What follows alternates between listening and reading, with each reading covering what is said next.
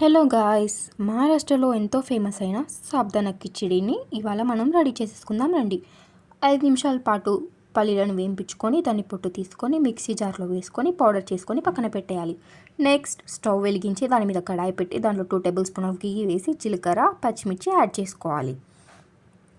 ముందుగా 4 గంటల పాటు నానబెట్టుకున్న సగ్గు బియ్యాన్ని కూడా దాంట్లో యాడ్ చేసుకొని ఒక 2 నిమిషాల పాటు దాన్ని బాగా మిక్స్ చేయాలి. మిక్స్ చేసిన తర్వాత ఒక 5 నిమిషాలు దాని మీద మూత పెట్టేసేయాలి. ఒక 5 నిమిషాల తర్వాత దాని మీద మూత తీసేసి దాంట్లో తగినంత సాల్ట్ని కూడా యాడ్ చేసుకోవాలి. ముందుగా గ్రైండ్ చేసుకున్న పల్లీల పొడిని కూడా యాడ్ చేసుకోవాలి. నెక్స్ట్ దాంట్లో కొత్తిమీరని కూడా యాడ్ చేసుకోవాలి. దాన్ని 2 నిమిషాల పాటు దగ్గరికి వచ్చే వరకు కలుపుతూనే ఉండాలి. దాని మీద ఒక మూత పెట్టి మూత తీసి చూస్తే మన dish ready. Thank you guys, subscribe to my channel.